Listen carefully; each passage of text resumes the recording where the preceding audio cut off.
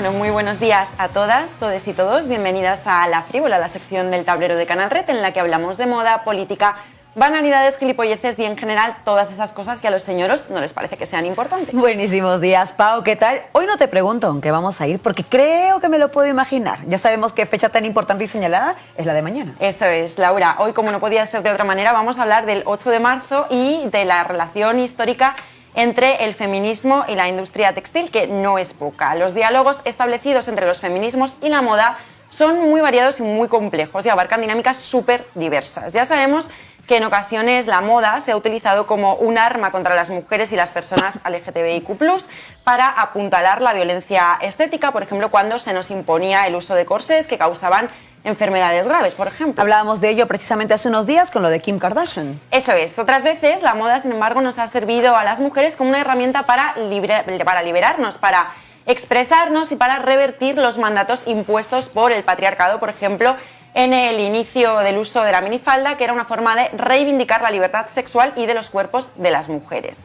En algunos casos, incluso la moda ha sido el canal explícito para trasladar mensajes y demandas feministas, como sucedió durante la March for the Equal Rights Amendment de 1978 en Estados Unidos, donde las mujeres iban todas vestidas de blanco. En otros casos, ha existido una enorme capitalización por parte de la industria de la moda de esas demandas feministas también. Como la camiseta aquella de We Should All Be Feminist en las pasarelas. ¿De quién era? Era de Dior, de María Grazia Chiuri, que la acabó vendiendo hasta Zara como churros, ¿no? En fin.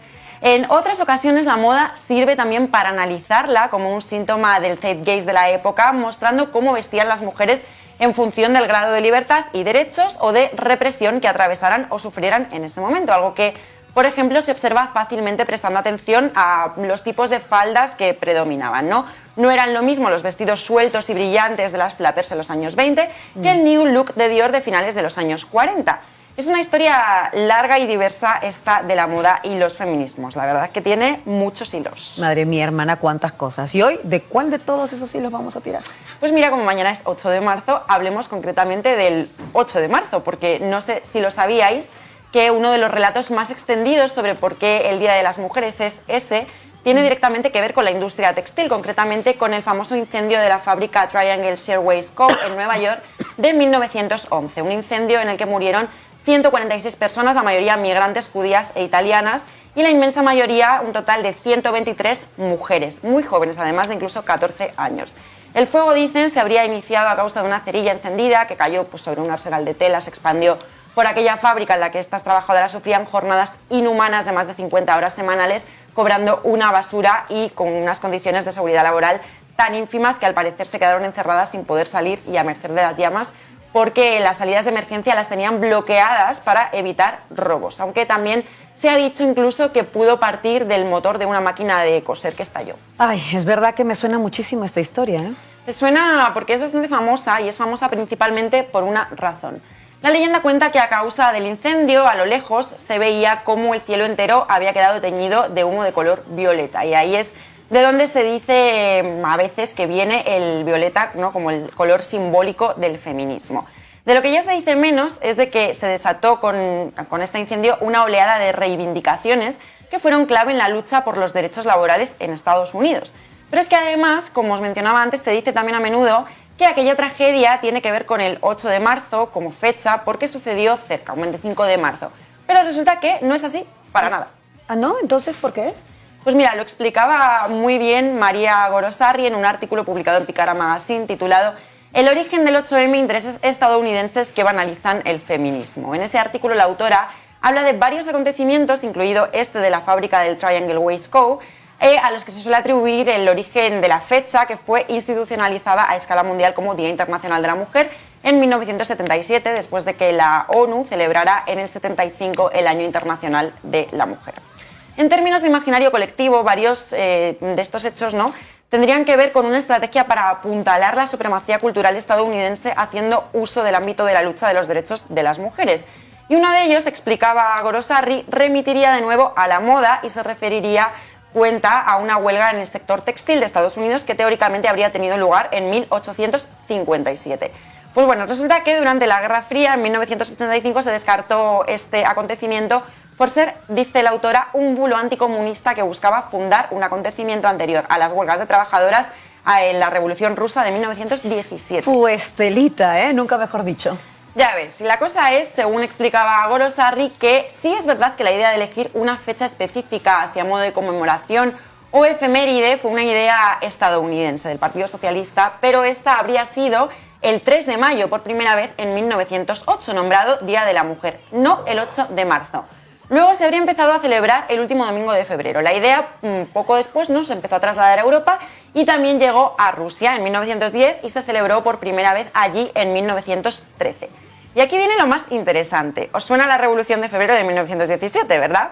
Bueno, pues resulta que se inició un 23 de febrero, que era allí el Día Internacional de la Mujer, gracias a la huelga de las mujeres rusas trabajadoras bajo el lema Pan y Paz, con gran importancia de las trabajadoras del sector textil, que, como habéis podido decir, pues tradicionalmente ha sido un sector bastante feminizado y sigue siéndolo a día de hoy. Pero bueno, hasta ese momento las trabajadoras del sector textil en concreto, donde eran mayoría, no habían estado muy organizadas política y sindicalmente. Y el Día de la Mujer pues no había tenido todavía demasiada consideración como podía tenerla el Día de los Trabajadores. Pero claro, entonces esa huelga en aquel momento, ¿no?, marcó un antes y un después, porque supuso la caída del zar 4 días más tarde y que las mujeres consiguiesen por fin el derecho al voto. Pero entonces, ¿por qué el 8 de marzo y no el 23F? El 23F todavía no estaba cogido, ¿no? No, porque era el 23 de febrero del calendario juliano y al transponerlo al calendario gregoriano, pues coincidía con el 8 de marzo. Ah, tiene todo el sentido. O sea, que el 8 de marzo es cuando se celebra el Día de la Mujer o de la Mujer Trabajadora por la Revolución Rusa. Efectivamente, y como hemos podido ver, pues las trabajadoras de la moda, del sector de la moda, fueron fundamentales. Recordadlo cuando se intenten colar esa idea preconcebida de que los hombres han sido las figuras importantes en el mundo de la moda, los reconocidos, los diseñadores, los creadores. Las mujeres han sido no solo diseñadoras y creadoras también, sino, bueno, además modistillas, como se las ha venido llamando despectivamente, como si su labor fuese menor, menos creativa y así, y además también han sido grandes revolucionarias. Moda, feminismos y trabajo, como el epicentro de la revolución, para que luego digan que lo frívolo desdeña las condiciones materiales. Tal cual. En fin, todo esto, la movida es que sigue generando ecos a día de hoy sobre los que creo que deberíamos reflexionar. Porque, por ejemplo, la tragedia laboral que se cobró las vidas de tantísimas mujeres en la Triangle Shirtwaist Co. en el 1911 y que se recuerda a menudo, bastante en términos hegemónicos, no fue nada comparada con otra mucho más reciente que también tuvo lugar en el seno de la industria textil y que mató a 1.134 personas, la mayoría de ellas también mujeres, para variar. La del Rana Plaza, ¿verdad? Exactamente. En el año 2013 el edificio Rana Plaza en Bangladesh se derrumbó, provocando, como decía, más de 1 millar de muertes y dejando a más de 2.000 personas heridas de entre las trabajadoras de esta industria textil hiperfeminizada. Fue un escándalo porque dejó en evidencia a algunas de las mejores, más reconocidas firmas y marcas del mundo que tenían allí su producción deslocalizada y a sus trabajadoras en unas condiciones de precariedad descomunales. De hecho, varias personas habrían avisado días antes del derrumbamiento de que había grietas en el edificio y se las ignoró y se las obligó a ir a trabajar de todas formas. O sea, que más de un siglo después del incendio de la fábrica de Nueva York pasó lo mismo, pero con trabajadoras racializadas. Con trabajadoras racializadas y en Bangladesh, claro, en Estados Unidos. Que para mí, bueno, y para muchas creo, esto pone de manifiesto lo problemático de los relatos hegemónicos de un feminismo blanco y occidental que pues sí que pone en valor las conquistas de derechos de determinadas mujeres en determinados lugares del mundo, mientras las condiciones de opresión se desplazan multiplicadas exponencialmente a otras mujeres en otros lugares del mundo a través de esas lógicas ultracapitalistas de la colonialidad. Hace poco hablábamos aquí en La Frívola de esas trabajadoras de Nike que a través de Fight the Hate denunciaban las condiciones de precariedad en que se encontraban, mientras la marca pues hacía gala de muchísima diversidad e inclusión por visibilizar a mujeres racializadas famosas en sus anuncios. Así que de todo esto pues cabe recordar la necesidad de un feminismo antirracista, decolonial, interseccional e internacionalista. Lo explicaba muy bien Angela Davis esto cuando hablaba de esa relación que hay entre el genocidio palestino y el sistema carcelario en los Estados Unidos. Pues esto es un poco parecido.